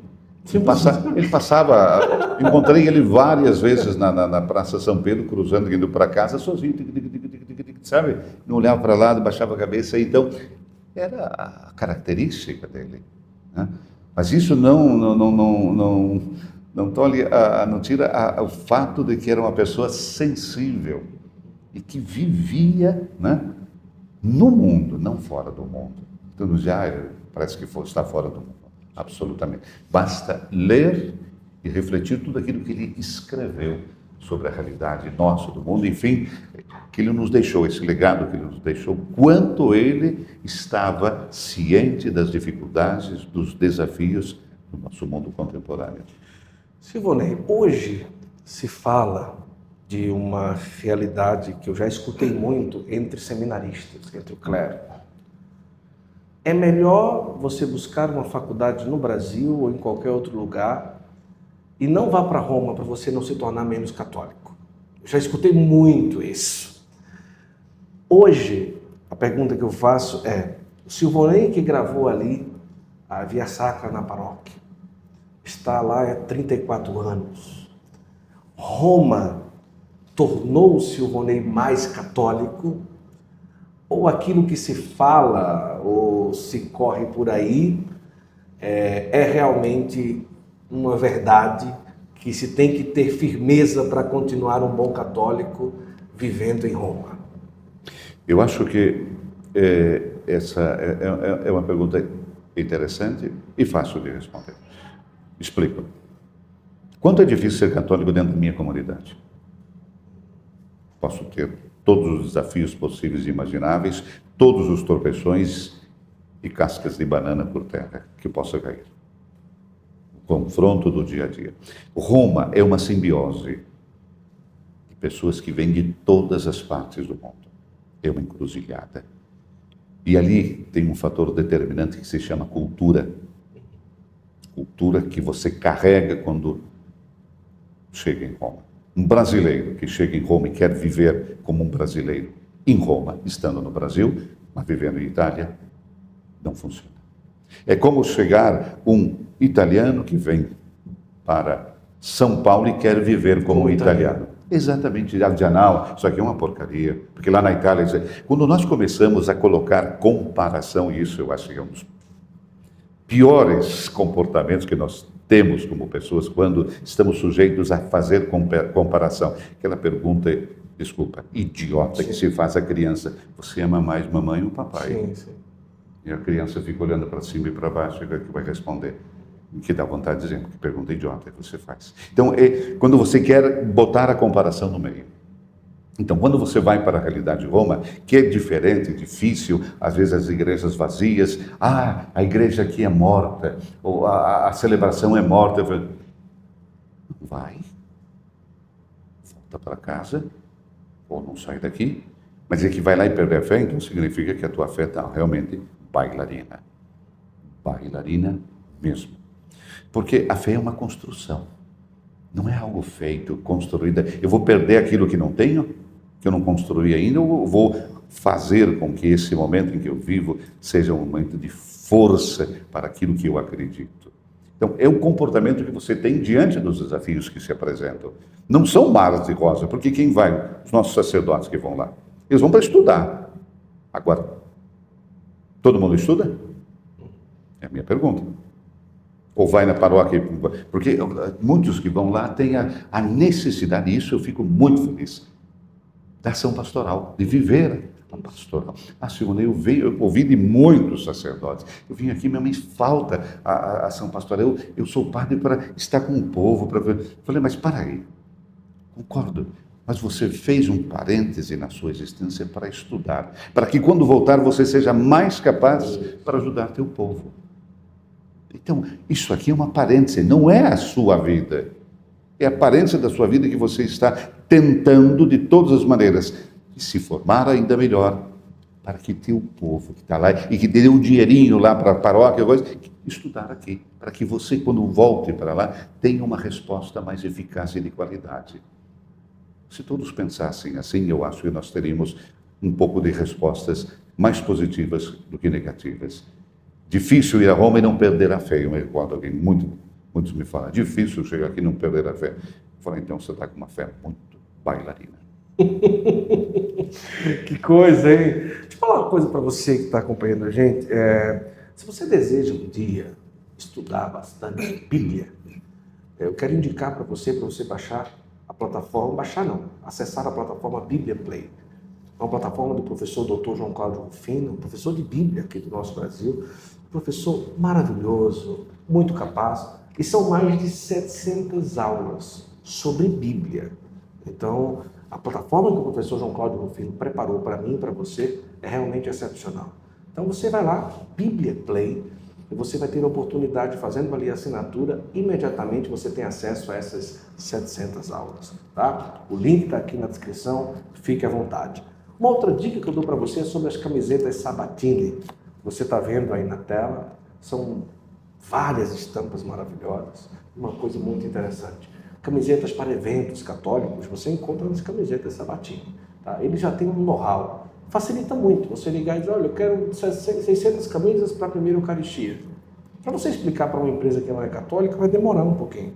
Eles não, vai ser muito mais rápido. Por quê? É uma empresa já católica, entende de camiseta católica. Então, quero indicar para você as camisetas Sabatini. Por fim, tá? Eu quero aqui indicar o Centro Católico Universitário Ítalo-Brasileiro, nosso grande parceiro do Santo Flor. São mais de 50 cursos de graduação, 80 cursos de pós-graduação, todos os cursos com uma base nos valores católicos. Isso existe. Centro Católico Universitário Ítalo-Brasileiro. Você precisa conhecer uma instituição que tem 70 anos, são vários cursos presenciais e à distância, cursos de extensão, pós-graduação, graduação. Você vai acessar o site agora, procura Centro Universitário Católico Ítalo-Brasileiro, faz a sua matrícula e entregue a sua vida acadêmica a quem vai te dar um excelente ensinamento, uma vida acadêmica com profunda excelência e ainda baseado nos valores católicos. E uma outra coisa que eu não sei se o Silvonei está sabendo, que um dia eu não sei se já saiu no Vatican News essa notícia, se não saiu, eu vou mandar depois um release, não é? Sobre a construção da Gruta do Arcanjo, aqui em São Miguel Arcanjo, aqui 2h30 de São Paulo, da maior estátua católica do mundo. Um São Miguel de 70 metros, que está sendo construído. Para a gente ter uma ideia de 70 metros, a gente vai fazer assim, um Cristo Redentor sobre o outro de altura. Um prédio de 24 andares. São Miguel muito grande, né? E ali, a Basílica de São Miguel recebeu, inclusive, o título de uma igreja irmã, uma extensão do Monte Gargano no Brasil. E lá está sendo feita essa imagem, está sendo feita uma igreja semelhante ao Monte Gargano e um centro de eventos, um pavilhão devocional gigante, que com certeza você, como devoto, e se cadastrar, você pode ajudar lá também. Está aí o telefone, você ajuda e vai ter um pouco de você nessa construção, que um dia eu vou mandar para o Silvonei conhecer, e quem sabe um dia a gente noticiar que no Brasil está sendo feita a maior estátua católica do mundo. Olha, com 70 metros. Fantástico, né? Fantástico. Depois eu vou mandar para você as imagens, com certeza. Para a gente ir encaminhando, eu tenho aqui algumas indagações, e aqui eu pergunto o seguinte, estar ali, nesse momento em que o Papa Francisco levanta no Brasil e no mundo algumas indagações, né? Alguns entendem, outros não, alguns até criticam, batem forte, aquela coisa toda, não é? Como que você tem visto o pontificado do Papa Francisco? O que é que se sente lá em Roma em relação àquilo que está sendo vivenciado? Se essas inseguranças e dúvidas chegam a ser alguma realidade ou não, o que é que o Silvonei pode falar em relação a isso? Veja só, até o advento de Papa Wojtyła, João Paulo II, nós tivemos durante 400 anos papas italianos. Eu até sorrio quando vejo, às vezes, os jornais da época que dizem, eu falo na Itália, Sim. Temos um papa estrangeiro. Temos um papa estrangeiro. A Igreja Católica é universal, temos um papa estrangeiro. Então, é a visão que se tinha do italiano, né, de que a Igreja, entre aspas, é italiana, que vai para o mundo inteiro. Né? Cúria romana. Vem João Paulo II e muda muita coisa. Muda muita coisa, e recordo uma vez que ele foi acusado de estar colocando muitos poloneses na cúria. Numa audiência geral, ele começou, na audiência geral, um encontro com os italianos, começou a falar em polonês. Eu estava transmitindo e falei, meu Deus, o Papa ficou louco, está falando polonês para os italianos. Daí ele parou, non avete capito niente, quer dizer, vocês não entenderam nada? Mas falaram que eu estou polarizando ou polonizando a Cúria Romana, pensei que vocês já estavam todo mundo falando polonês. Foi um boato, né?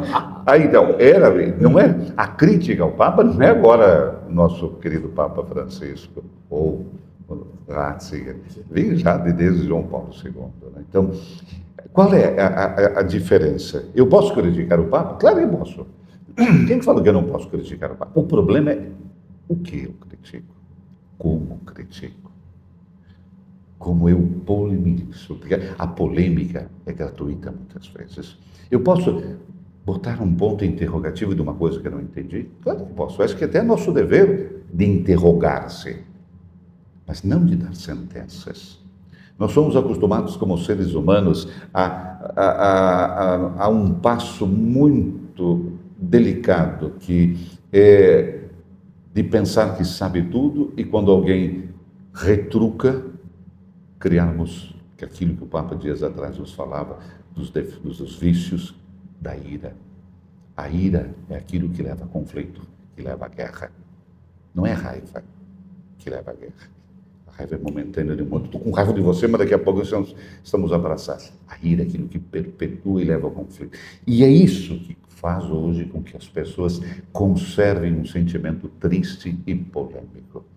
Porque muitas vezes não tem a capacidade de entendimento. Agora vão me dizer, senhor Ney, você está falando o quê? Estou falando exatamente disso. Que o entendimento não vem simplesmente de uma... eu ouvi dizer que o Papa está fazendo isso. Eu recordo quando eu recebi tantos vídeos de que o Papa estava cancelando o inferno. O inferno não existe mais, o Papa disse isso. Que está mudando a Bíblia. Falei, meu Deus do céu, quem é que tem a ingenuidade de acreditar numa coisa como essa? E daí o segundo passo é como é possível que alguém repasse uma informação como essa, que já por natureza é fake news. Né? Então, o pedido é justamente essa, pensar 1, 2, 3, 4 vezes naquilo que se recebe, mas será que é verdade? É justo pensar, será que é verdade? Mas entre é justo de pensar que é verdade e mandar para frente dizendo que é verdade, tem um grande abismo, uma grande diferença. Então, a polêmica, às vezes até o próprio Papa Francisco nos disse, pode ser saudável, quando ela é em função de um esclarecimento, onde eu quero entender e não destruir. Né?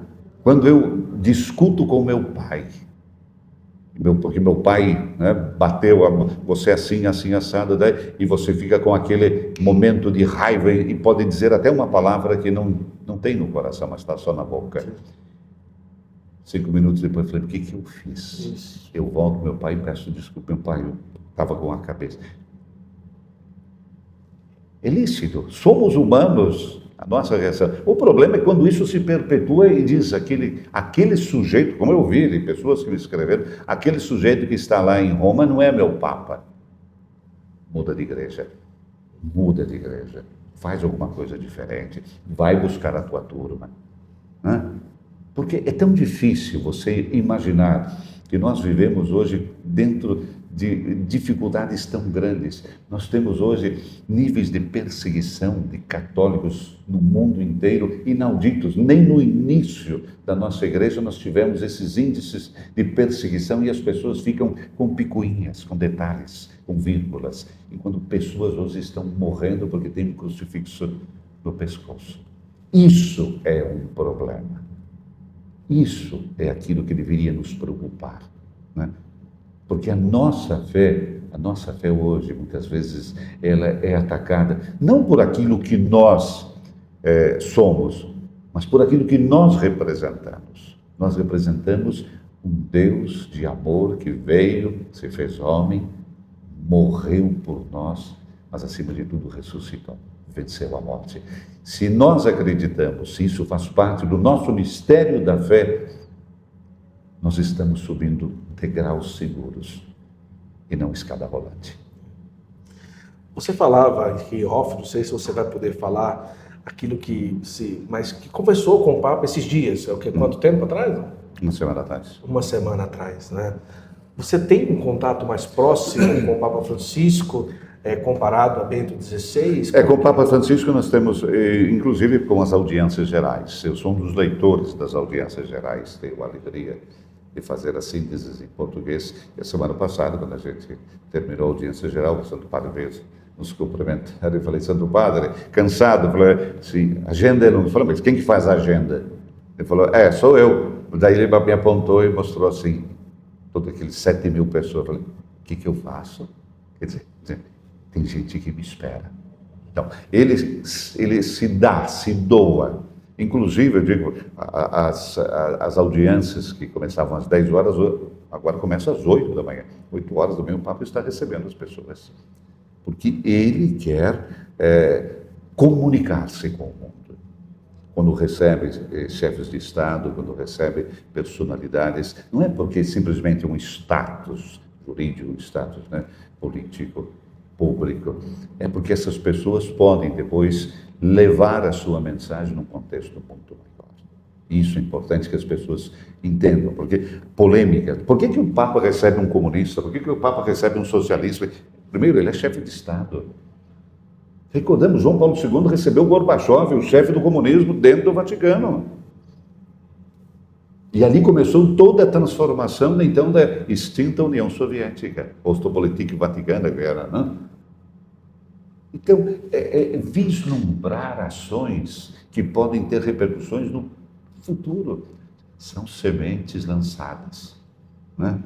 São sementes que podem dar frutos se realmente caem em terra boa. Então, voltando à questão, polemizar, né? Criticar o Papa, eu não vejo nenhum problema. Quando é crítica é para o entendimento e não para denegrir. Aí não, aí estamos fora de todo o contexto. Que bom, aqui a gente poderia passar, né? Pena que nós vamos já nos preparar aqui, mas para a gente ir finalizando, nós estamos aqui com o Silvonei, que pode-se falar, quando se fala de igreja, né? Ele que está à frente lá em todo o trabalho na Rádio Vaticano, quando se fala em português. E como que hoje você enxerga toda essa transição e necessidade de uma convergência de mídias na vida da comunicação na igreja, né? Eu costumo dizer que hoje uma rádio, uma TV, ela fala, olha, acessem o Instagram da TV ou o YouTube da rádio. Mas, na minha concepção, se fala dessa forma, mas não se deveria viver dessa forma. Eu penso que a comunicação ela deve ser feita, olha, assistam a TV no YouTube ou assistam o rádio no Instagram, a ponto de ter uma convergência tão forte de que as redes sociais sejam tão importantes como o satélite e o dial, por exemplo. Para mim, esse ponto parte de uma necessidade atual na comunicação no Brasil e no mundo e necessária nesse tempo que nós estamos vivendo. Mas como você tem visto toda essa realidade e principalmente da comunicação católica no Brasil, quando se fala de redes sociais, o movimento, você pensa que está sendo positivo, negativo, o perigo da polarização e tal, como que você tem visto aí essa explosão e ao mesmo tempo a necessidade de convergência de mídias com as comunicações, aquilo que a gente pode dizer mais que já existiam, né, convencionais? Victor, a pandemia da Covid sacudiu a consciência de muita gente. E sacudiu também a consciência de muita gente dentro da igreja, eu volto à igreja agora, que descobriu que a comunicação é um elemento fundamental para a evangelização e que o elemento fundamental para essa evangelização chama-se profissionalismo, qualidade. Eu não posso simplesmente abrir um canal no Facebook, no YouTube e passar ali o dia inteiro falando. Posso, mas eu não vejo sentido nisso. Muitos, fomos obrigados a nos reinventarmos. Para os meus colegas, a gente tem 3 palavrinhas que eu uso, que eu aprendi do nosso Papa Francisco. Eu uso e tento colocar como paradigma de comunicação interna nosso. A primeira é a criatividade. Temos que ter criatividade. O que significa isso, a criatividade? Nós temos um conteúdo único. Eu não tenho que inventar conteúdos. Eu tenho conteúdos. Mas eu tenho que inventar ou criar maneiras, modos, estilos de fazer com que essa comunicação, esse conteúdo chegue às pessoas. Aí vem o problema também de como se dialogar com os meios de comunicação, a linguagem com que eu uso. Porque nós estamos hoje dentro de uma geração que fita cassete nem sabe o que é. E para nós, fita cassete era a coisa mais bonita do mundo, né? Então, o rádio, nosso rádio de cabeceira, não, hoje é tudo através de um elemento que o iPhone que revolucionou completamente. Então, a criatividade é como fazer com que a minha mensagem, o meu conteúdo chegue às pessoas da melhor maneira possível, sem agredir, mas que possa ser absorvida e entendida. Isso é criatividade. Todos os dias eu reinvento. O sol, dependendo de todos nós, nasce todos os dias e a beleza do seu nascer nunca é igual ao dia precedente. Isso é a criatividade de Deus para conosco. Depois, com liberdade. Uma das coisas mais importantes que nós temos, o livre-arbítrio, que nos leva a uma outra palavrinha chamada escolha. Eu escolho fazer, ou não escolho fazer. Essa liberdade que eu tenho. Portanto, a comunicação é uma liberdade, porque ela cria relação. Eu tenho a liberdade de criar ou não relação com você. Ou eu posso destruir você. É uma escolha que eu faço. Crio aí um paradigma até de uma comunicação obscura, que faz mal ao outro. Fake news faz mal ao outro sempre, porque é o pai da mentira. Então, nós temos essa liberdade de escolha. E a terceira parte, que é a palavrinha aqui mais importante para mim, responsabilidade. Eu não posso criar sem responsabilidade. Eu não posso ter liberdade sem responsabilidade. É aquilo que falta hoje para nós, comunicadores, muitas vezes, ou para aquelas pessoas que se reinventam comunicadores. Aquela responsabilidade que hoje não existe. É simplesmente os likes, a ter coisas sem levar em consideração o mal que pode fazer dentro de um contexto. E isso é realmente degradante. Ok? Quando falamos agora da necessidade de ocuparmos realmente os meios de comunicação, estamos reinventando modos de comunicar. Aquilo que nós estamos fazendo nesse momento. Pense isso 5 ou 6 anos atrás, a dificuldade que talvez teríamos. Ou 10 anos, falei, nem pensar. Sim, nem pensar. Ok? Mas isso faz hoje, nos permite uma conversa que pode ser útil a alguém sem banalizar contextos. Porque nós podíamos passar aqui agora 1 hora contando piada. Ah, você viu aquele fulano de tal? Que poderíamos fazer? Poderíamos, mas é uma escolha tua também, de não fazer isso. Isso é responsabilidade. Porque quando você abre a boca, você interfere na vida das pessoas. Bem ou mal, cria opinião, cria pontos interrogativos. E se você cria pontos interrogativos, as pessoas muitas vezes esperam uma resposta, uma luz. E aí é que você, através da sua sabedoria e competência, você diz, olha, a minha receita não é uma receita universal, mas a minha receita é aquela que eu faço todos os dias. E quando eu não tenho mais nenhuma solução, eu dobro os meus joelhos e aí a inspiração deve chegar. Então, nós temos e podemos ajudar as pessoas. E isso funciona absolutamente. A igreja, e aí vem também a utilização desses meios. Que utilização nós fazemos hoje? É só para dizer que o pároco vai rezar a missa lá no fundo da igreja, coisa, ou vamos começar a ensinar, estamos num evento catequético de suma importância, a base da construção da nossa fé, da nossa igreja, vem da onde? Da base que recebemos através dos nossos catequistas, eles devem ser formados da melhor maneira possível e valorizados. A valorização que essas pessoas que doam a sua vida devem ter. Eles não têm vida fácil, mas no final do dia, quando fazem um bom trabalho, o sorriso é largo como a esperança dos pobres, sabe? É isso que falta. Então, usar tudo isso. E aí vem para a terceira parte, a sinergia. Quanto é difícil a sinergia? Claro, nós temos redes, por exemplo, de televisões no Brasil.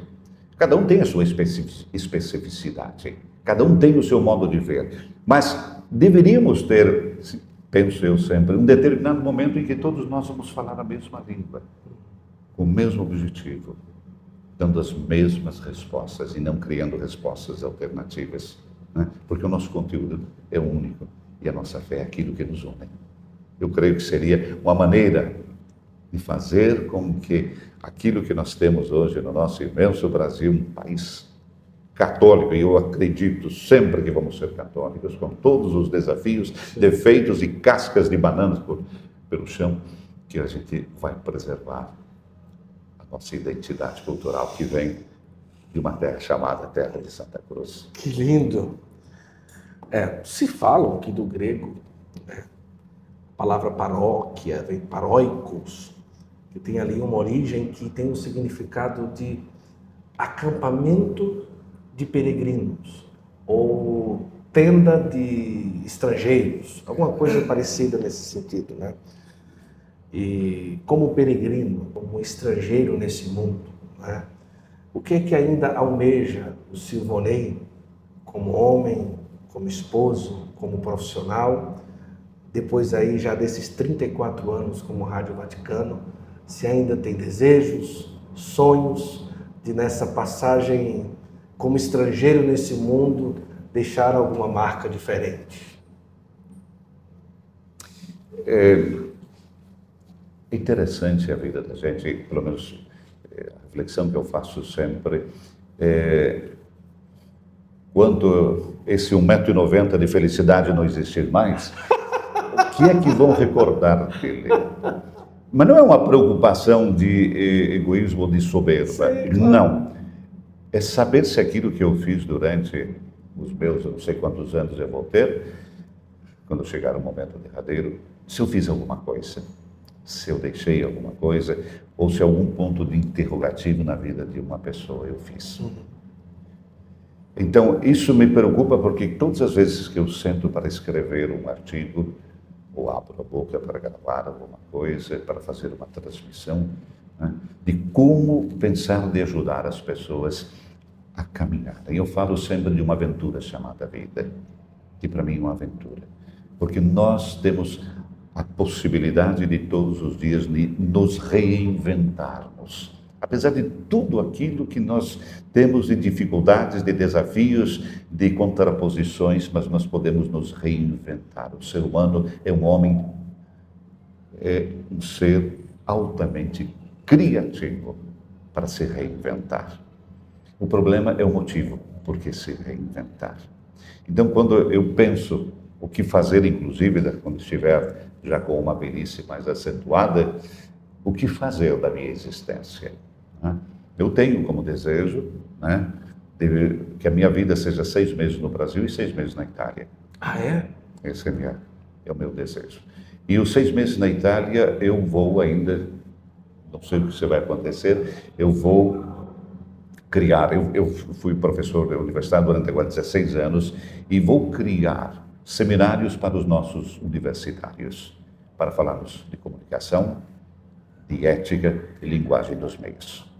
Eu sou especialista nisso, para não ensinar, mas desenvolver o potencial das pessoas, não somente de escrever bem, mas de fazer com que aquilo que eu escrevo faça bem.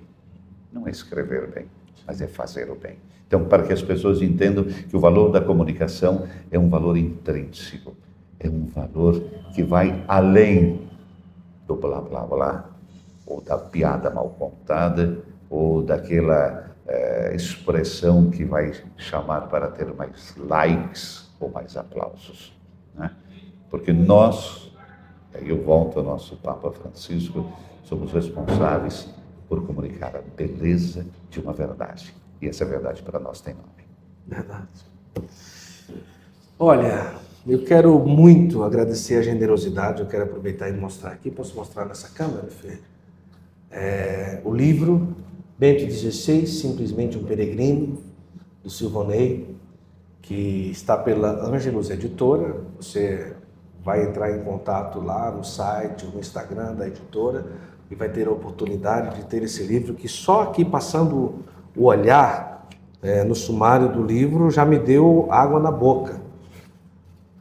É realmente extraordinário o que tem aqui nesse livro, e é meio que uma síntese, não é? Daquilo que foi e é para a nossa igreja o Papa Bento XVI. Silvana, eu quero muito agradecer a sua generosidade de passarmos aqui já a... Uau! Rápido, hein? Espero que... Olha, eu peço vênia porque... Não. Peço vênia porque às vezes quando eu começo a contar, eu começo a viajar e gastar o tempo. Me dá só uma última consideração da minha importância. Eu sou um aficionado pelo tempo. E por isso eu dei uma coleção de relógios, não vou dizer quantos eu tenho, mas porque o tempo, aquilo que você me dá... Olha, minha meta de vida um dia, viu? Ter coleção de relógios, Okay. Um relógio também. Porque, como eu trabalho em rádio, eu trabalho com o tempo. Sim. Ok? Então, 1 minuto de vazio no rádio significa ausência. Sim. Não existo mais. É isso mesmo. 1 minuto não é nada. Faça 1 minuto de silêncio e você vai entender o que eu estou dizendo. Aquilo que você me deu agora, e que eu dei para você, é a doação de um tempo. Eu posso amanhã encontrar de você novamente, a gente vai falar 2 horas. Mas não é essa 1h30 que nós tivemos agora. Isso. Aquilo que você me doou e que eu doei a você. Aqui é reciprocidade em relação. O tempo nunca é relativo a isso. Ele constrói, se nós o usarmos muito bem. Então, esse tempo que você me deu, né, eu não posso restituir a você. Mas eu posso aproveitar esse tempo para construir novos tempos. É isso que nós deveríamos pensar sempre, quando gastamos o nosso tempo com, entre aspas, desculpem a palavra, bobagens. Gastem o tempo com coisas que possam edificar. Você chegou lá sem falar nem o italiano. E hoje, como é que tá? Não, hoje falo bem. Hoje falo bem. Fora o italiano, o que é que conseguiu ali nesses 34 anos? Um pouco de inglês, francês, espanhol, né? E um pouquinho do árabe também. Minha esposa é libanesa. Ah, sim? Eu não morro de fome no Líbano, não. Então, ou seja, me portem a cerveja, por favor. E ali já começa uma boa comunicação. Quantos filhos? Uma filha. Uma filha? Infelizmente, uma filha só, Catherine Marie, fez 24 anos. Tenho um orgulho da minha filha, porque no final do ano passado ela fez a primeira defesa de uma tese em metaverso na Itália. Em metaverso? Em metaverso. E ela foi tema dos telejornais, enfim, mas pela ousadia de ela ter afrontado uma questão tão importante. E quando eu não sabia de tudo isso, a universidade, inclusive, investiu muito para montar toda uma plataforma de metaverso, com tudo aquilo que compraram para fazer. Nós estávamos num salão belíssimo da Luiz, né? E ela estava num outro edifício, em outra parte, com 2 professores, o professor da tese dela, mais o assistente, e lá se realizou tudo e nós, através de um grande telão, estamos vendo a discussão dessa tese. E quando ela terminou a discussão da tese, enfim, ela volta então para a sala grande, né? Assim, uma realidade não mais virtual. Sim. E eram 12 professores que estavam na banca e os 12 professores se levantam e aplaudem. Não. E ela fez toda a defesa em inglês, né? Eu fiquei realmente naquele dia emocionado, porque vi quanto ela estudou, e me vi projetado quando eu fiz, por exemplo, a minha defesa de doutorado, quanto era importante para mim, não era que eu tinha que fazer o doutorado, sim, mas era importante para a minha existência, da Silvana e José. E aí me vi novamente nela, um momento singular. Olha da minha que coisa linda, tá vendo aí? Que lindo, hein? Que maravilha.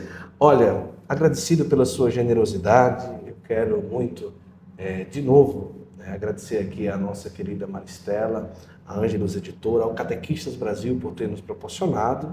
E se Nosso Senhor assim permitir, em maio, né, quem sabe a gente faz uma parte 2, né, em um cantinho lá na Rádio Vaticano. Olha, seria um sonho, hein, quem sabe, não é?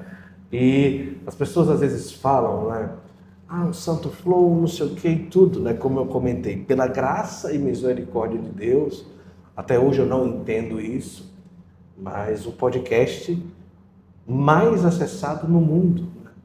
Católico, né? Isso eu fui olhar depois, eu não imaginava que estava hoje nessa proporção, mas de certa forma hoje um grande presente de universalizar realmente essa conversa de um brasileiro que está ali no centro católico do mundo inteiro.